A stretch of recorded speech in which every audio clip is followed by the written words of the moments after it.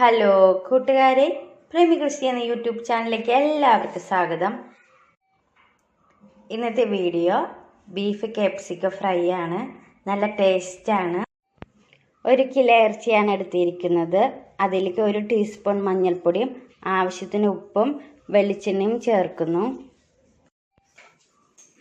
നന്നായി മിക്സ് ചെയ്യുന്നു. ചേരുവകളെല്ലാം ഇറച്ചിയിൽ പിടിക്കുന്നതിന് വേണ്ടി 15 മിനിറ്റ് ഇങ്ങനെ വെക്കുന്നു. 15 മിനിറ്റിന് ശേഷം ഇറച്ചി കുക്കറിൽ വേവിക്കുകയാണ്. കുക്കറിലേക്ക് ഇറച്ചി ഇടുന്നു.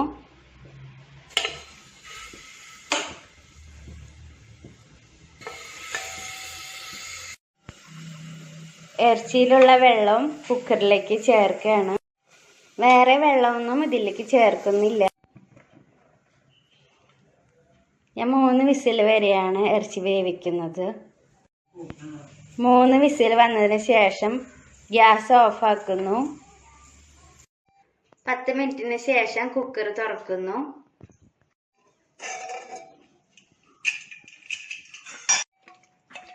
ഇറച്ചി വെന്തിട്ടുണ്ട്. പാൻ ചൂടാകുമ്പോൾ അതിലേക്ക് വെളിച്ചെണ്ണ ഒഴിക്കുന്നു.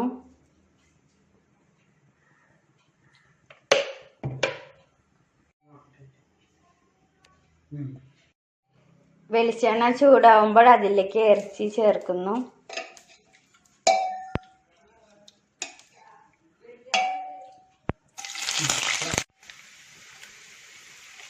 ഇറച്ചി വറുത്ത് കോരിയെടുക്കുന്നു.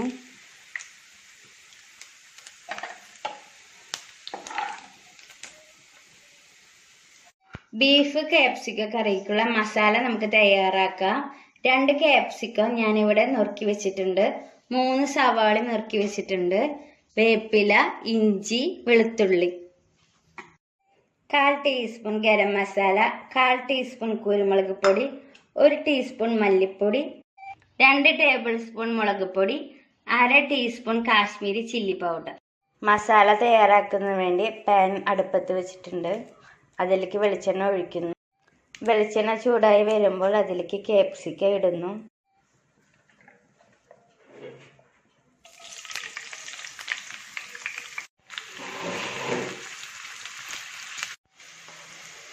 ക്യാപ്സിക്കം കോരിയെടുക്കുന്നു.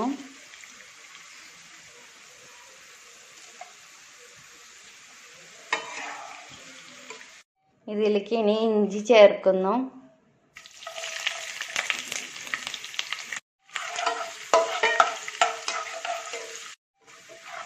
ഇതിലേക്ക് ഇനി വെളുത്തുള്ളി ചേർക്കുന്നു.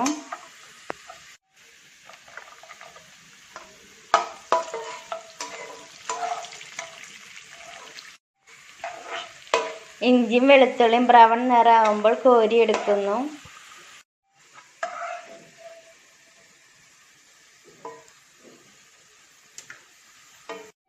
സവാള ഇട്ട് വഴറ്റിയെടുക്കുന്നു.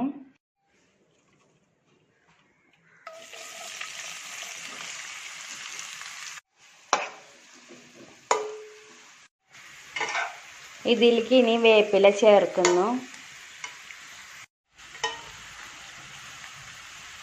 എല്ലാ പൊടികളും ചേർക്കുന്നു.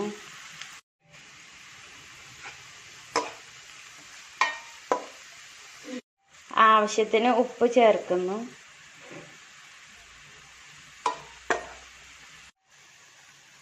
ക്യാപ്സിക്കം, വെളുത്തുള്ളിയും ഇഞ്ചിയും ഇതിലേക്ക് ചേർക്കുന്നു.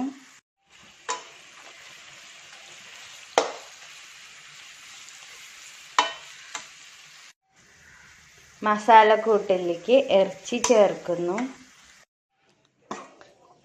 നന്നായി മിക്സ് ചെയ്യുക. ഗ്യാസ് സിമ്മാക്കുക. കുറച്ച് നേരം മൂടി വയ്ക്കുക.